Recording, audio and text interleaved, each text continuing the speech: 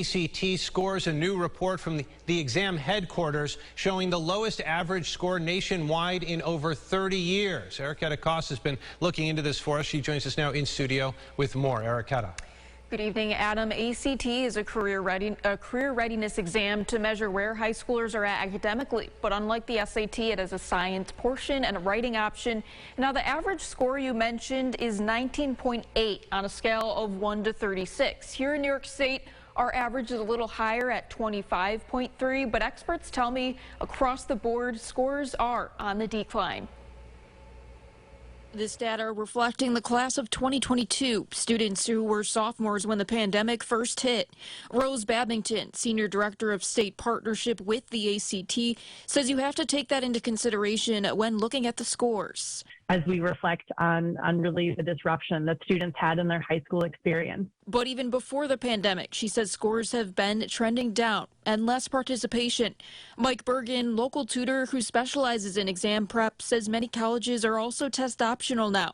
So overall, drawing less interest. We as a nation want to look at the concept of readiness, prepares them for better academic achievement, prepares them for success in college.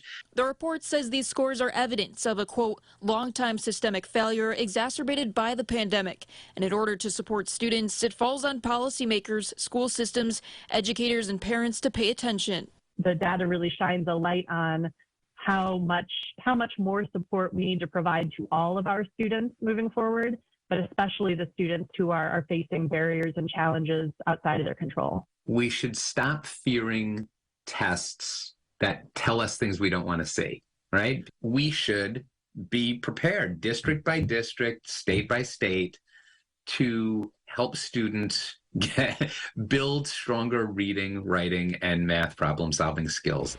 And now keep in mind there's been no change to the format or content within the ACT. The only change, Babington says, is the data we're seeing. Locally, some districts like Penfield say their scores have stayed consistent in the ballpark of 27. Geneva and Greece Central schools tell me there's more interest in the SAT overall, and the ACTs sometimes require students to travel to other districts to take that exam. For now in the studio, Erica Cost, News 8. Thank you, Erica. We'll have the full report over on our website, rochesterfirst.com, along with affordable resources for families involved in exam prep.